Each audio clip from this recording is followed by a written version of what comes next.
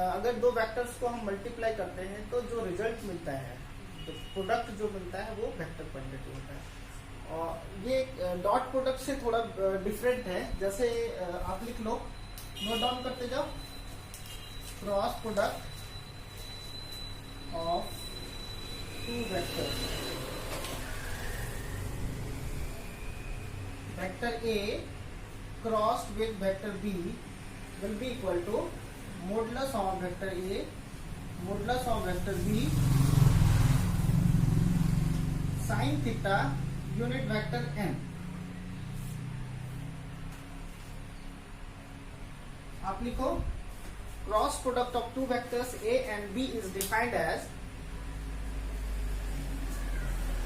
cross product of two vectors a and b is defined as vector a cross vector b, vector a cross vector b, that is equal to magnitude of a into magnitude of b sin theta unit vector n. This is also equal to magnitude of vector a is simply a, magnitude of vector b is simply b, sin theta and unit vector n. This is vector a cross b. अब ये समझ लो कि ये ऐसा product है, ये ऐसा multiplication है जिसमें हम दो वेक्टर क्वांटिटीज को मल्टीप्लाई कर रहे हैं, दो वेक्टर क्वांटिटीज को मल्टीप्लाई कर रहे हैं, लेकिन उन दोनों के बीच में इस तरह का साइन नहीं है, उन दोनों के बीच में ये साइन है। ओके, तो आप जैसे पहले पढ़ते थे कि इसका और इसका दोनों का मतलब सेम होता है, ऐसा नहीं है। This will be applicable only in case of dot product. If you are multiplying two vectors, vector A, this is vector A dot B, but this is vector A cross B. So both are different things. They can't be mixed together. Okay? तो vector A और B को अगर हम cross product करते हैं तो हम उसको लिखेंगे A B sin theta unit vector n, where theta is angle between two vectors and unit vector n is, and this is n के ऊपर कैप होगा, मतलब unit vector n. Unit vector n is a vector which is perpendicular to both vectors a and vector b, which is perpendicular to both vectors, vector a and vector b. So अगर ऐसा है तो इसका क्या meaning निकलता है, आप थोड़ा सा ये समझ लो। मैं ऐसे इरेज करता हूँ, ठीक है। आप ये समझ लो कि अगर दो वेक्टर्स है, अगर एक वेक्टर ऐसा है और दूसरा वेक्टर ऐसा है, इन दोनों का आपने क्रॉस प्रोडक्ट निकालना है, तो इन दोनों के बीच का एंगल, ये एंगल थीटा होगा। ओके, तो वेक्टर ए क्रॉस बी, जब ए और बी दोनों का क्रॉस मल्टीप्लिकेशन करते हैं, वेक्टर ए का मतलब, vector A is a vector which is in along X direction and vector B is a vector which is making some angle with vector A. So अगर इन दोनों का क्रॉस प्रोडक्ट करते हैं तो हमको ए बी साइन थीटा और साथ में एक यूनिट वेक्टर मिलता है। यूनिट वेक्टर जो मिलेगा वो इस पे भी परपेंडिकुलर होगा और इस पे भी परपेंडिकुलर होगा। तो हम कैसे इसको डिटरमाइन करेंगे कि अब सपोज करो कि हमारे पास, देखिए पेन की ना, हमारे पास दो वेक्टर्स हैं, एक वेक्टर इस डायरेक्शन में, दूसरा वेक्टर इस डायरेक्शन में। ओके, अब इन दोनों का जब हम क्रॉस प्रोडक्ट करते हैं तो एक वेक्टर मिलता है जो इस पे भी परपेंडिकुलर, इस पे भी परपेंडिकुलर। ऐसा कब हो सकता है? इन दोनों पे परपेंडिकुलर, एक इस डायरेक्शन में होता है, एक अंदर भी तो परपेंडिकुलर हो सकता है। So we are having two perpendiculars at this two vectors. एक इधर होगा तब भी दोनों पे परपेंडिकुलर होगा, इधर होगा तब भी होगा। तो इधर होगा कि इधर होगा वो डिसाइड करने के लिए हमारे पास एक रूल है, that is called right hand thumb rule. Okay, so write down the direction of unit vector n, the direction of unit vector n can be decided using right hand thumb rule.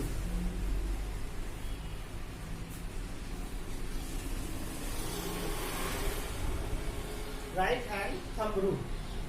तो अब right hand thumb rule क्या कहता है उसके बारे में थोड़ा सा पढ़ना है, और यहाँ एक एक्सपेरिमेंट करना है, हर किसी को करना है, कंफर्म हो जाएंगे तब हम आगे बढ़ेंगे। ओके, तो अब देख लो राइट हैंड थंब रूल कैसे लिखेंगे, उसके लिए थोड़ा सा नोट डाउन कर लो नीचे में। Right hand thumb rule, it states that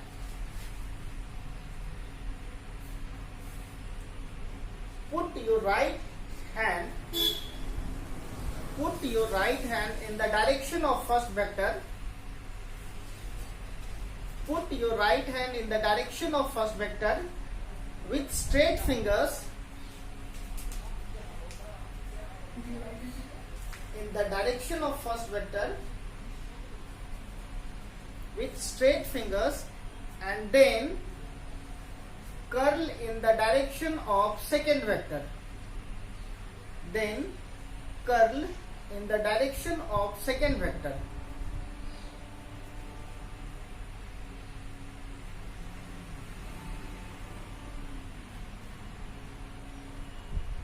The direction of thumb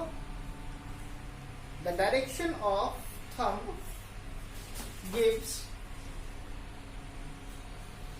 direction of unit vector which is perpendicular to the both vectors. So very easy. अब मैं यहाँ देखता हूँ ये क्या कह रहा है राइट हैंड थंब रूल। आपके पास दो वेक्टर्स है, suppose we have taken this as a first vector, vector A, and this is second vector, vector B. Okay, and the angle between them is this is theta. Okay, तो अब आपसे question पूछा जाता है कि अगर हम क्रॉस प्रोडक्ट करेंगे तो क्या होगा, तो क्रॉस प्रोडक्ट होगा vector A cross vector B. हाँ, दिस इज, अगर सपोज करो कि इन दोनों के बीच का एंगल है ये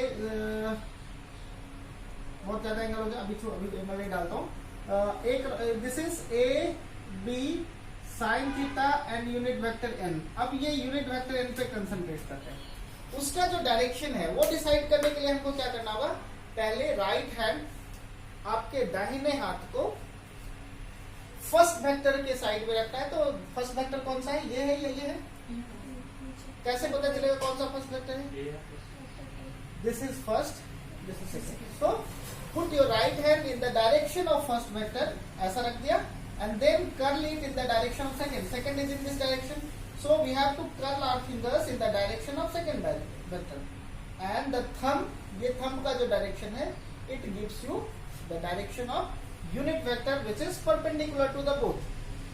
तो एक वेक्टर इधर गया, दूसरा इधर गया, अब ये किधर आ गया, इस साइड।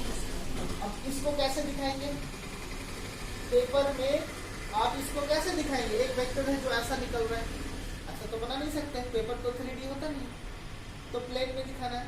तो हमारे पास दो कन्वेंशन है, अगर ऐसा करके यहाँ ऐसा बना देते हैं, इसका क्या मतलब है, देखो अगर ये तो एक एरो है, एरो अगर आपकी तरफ आ रहा है तो आप देखेंगे तो क्या दिखेगा, सिर्फ पॉइंट दिखेगा।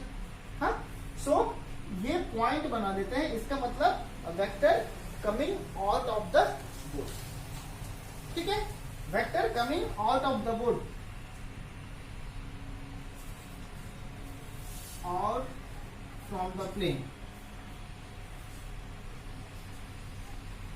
ओके, अब ऐसे ही सपोज करो अगर अंदर चला जाता है, अगर ये ऐसा होता था तो कैसे डिसाइड करते हैं, उसके लिए क्या है, उसके लिए ये कन्वेंशन यूज किया जाता है, ऐसा, इसको बोलते हैं डॉट इनसर्कल्ड, दिस इज क्रॉस इनसर्कल्ड। हाँ, this is going inside the, note down please.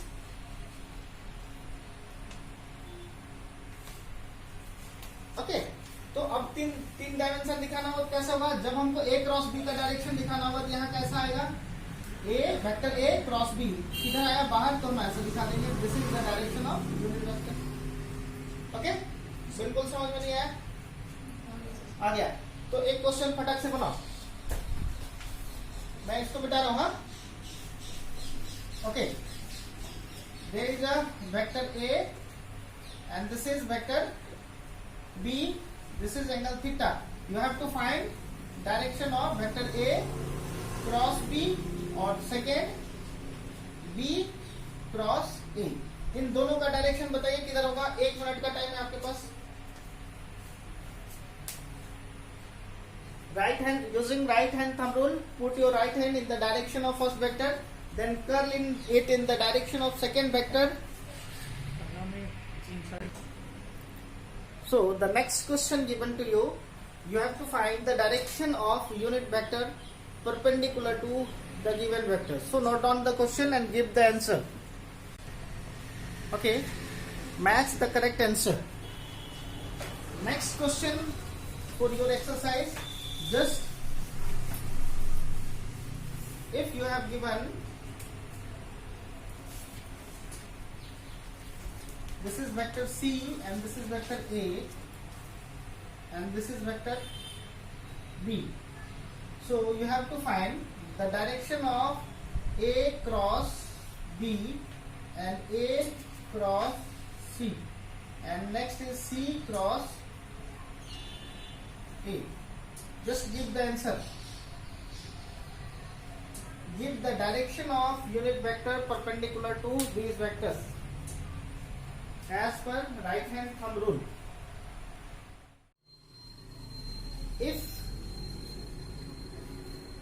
हमने अभी तक देखा A cross B can be written as vector A B sin theta unit vector n. हाँ? तो अब स्पेशल केस जो हमको पढ़ना है इसमें ये व्हेन थीटा इक्वल्स टू 0, ये अगर दो वेक्टर्स है जिनको हम मल्टीप्लाई कर रहे हैं उन दोनों के बीच का एंगल 0 डिग्री है। मतलब ये है कि अगर ये वेक्टर ए हो गया और दूसरा वेक्टर बी इसी डायरेक्शन में है वो भी, so what is the angle between this two? 0 degree. In this case vector A cross B will be equal to A B sin 0 degree into unit vector n. So it is okay. So A cross B, vector A cross B is 0 vector. The magnitude of the resultant becomes 0, इसलिए वो 0 हो जाएगा। ठीक है, कोई magnitude कुछ भी नहीं मिलेगा तो 0 हो जाएगा। ओके, अगर हाँ, it is the case when theta is 0, when two vectors are in same direction, you may note down, when two vectors are in same direction,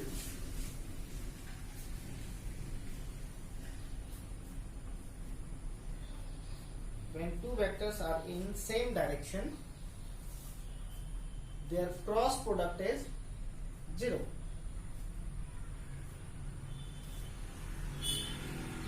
Or let us suppose this is vector A and this is another vector B. So there are two vectors, they are parallel to each other. In that case also, if we will find the cross product of the vectors, it will be 0. Hence this is condition of parallelity.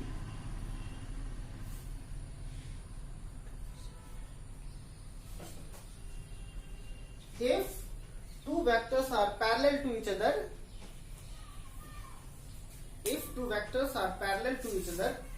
their cross product will be 0. Okay, तो कैसे होगा? अगर कहीं भी दो vector एक ही direction में है, दोनों को हम मल्टीप्लाई करेंगे, 0 आना चाहिए। अगर कोई एक वेक्टर दिया हुआ है और दूसरा अननोन है, सपोज करो एक वेक्टर दिया है दूसरा अननोन है और हमने दोनों को मल्टीप्लाई किया, वो 0 आ गया, तो क्या पता चलेगा? दोनों वेक्टर्स एक दूसरे के सेम डायरेक्शन में। और यू कैन राइट, हाँ, सेम डायरेक्शन का मतलब ऐसा ही हुआ। अब अगर ये x एक्सिस हमने माना, ये y एक्सिस और ये z एक्सिस, तो x डायरेक्शन को हम लोग I से डिनोट करते हैं। तो अगर हमें क्रॉस प्रोडक्ट निकालना है, मैं थोड़ा सा इसको मिटाता हूं। सपोज करो वेक्टर I क्रॉस I, क्या होगा? I is unit vector along x direction. This is also a unit vector along x direction, so it will be 0. J cross J will be 0. K cross K will be, तो I के साथ J के साथ K के साथ अगर multiply होता है तो रिजल्ट क्यों 0 होगा, because theta is 0. Okay, clear है. अब case number 2,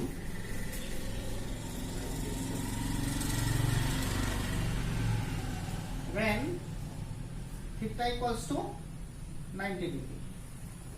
So in that case, vector A cross B can be written as this is A B sin 90 degree, unit vector n. So what is the value of sin 90 degree? 1. This is A into B, unit vector n. मतलब ये हो गया कि अगर दो vectors एक दूसरे के परपेंडिकुलर है 90 डिग्री, मतलब this is first vector, this is second vector, angle is 90 degree. So if two vectors are perpendicular to each other, their cross product will be simply equal to their product, but the product must have some direction. तो अगर हम इसको magnitude shift लेना चाहेंगे तो mode of vector A cross B, only the magnitude of cross product, this will be magnitude of A B unit vector n. So A का magnitude A, B का magnitude B और n is unit vector, its magnitude will be 1. unit vector का magnitude 1 होता है. So mode of vector A cross B can be written as A into B, simply A into B. This is another important result.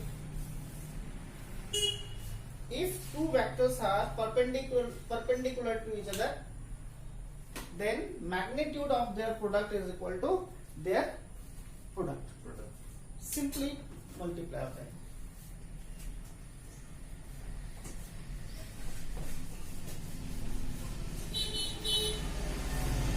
Now we will go to okay. अब ये चीज समझ में आ गया, थोड़ा सा इस पे और समझ लो. This is x axis, y axis, z axis. In terms of vectors, this has vector I direction, vector j direction and vector k direction. So what would be the value of vector I cross j? Vector I को j से multiply करेंगे तो क्या मिलेगा?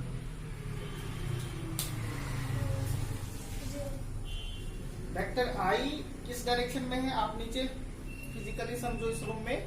I is along x direction, J along y direction, Z along k direction. तो I cross J will be,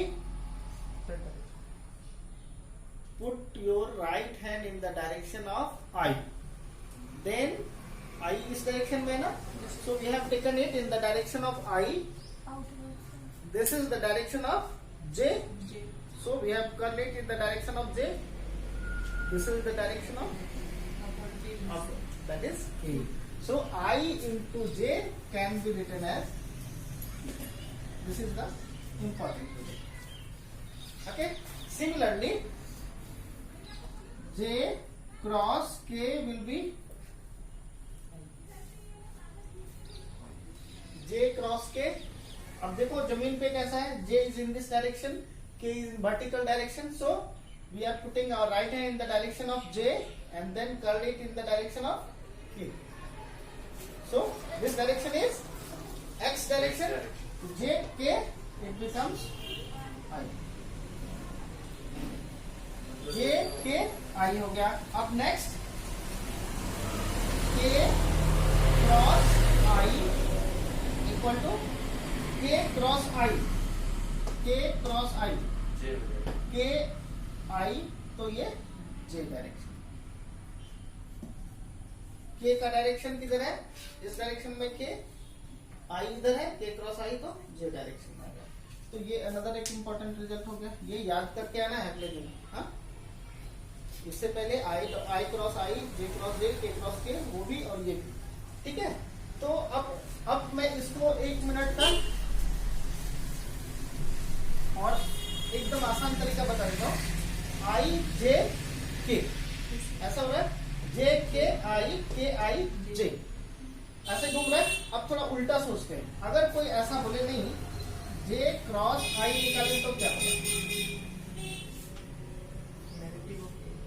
yes, जैसे आप cross product करते हैं ना, वेक्टर ए क्रॉस बी का डायरेक्शन, अगर सपोज करो ए क्रॉस बी ऐसा लिया, इधर आया, तो बी क्रॉस ए करने का मतलब अब की उल्टा करके करेंगे तो नीचे जाएगा।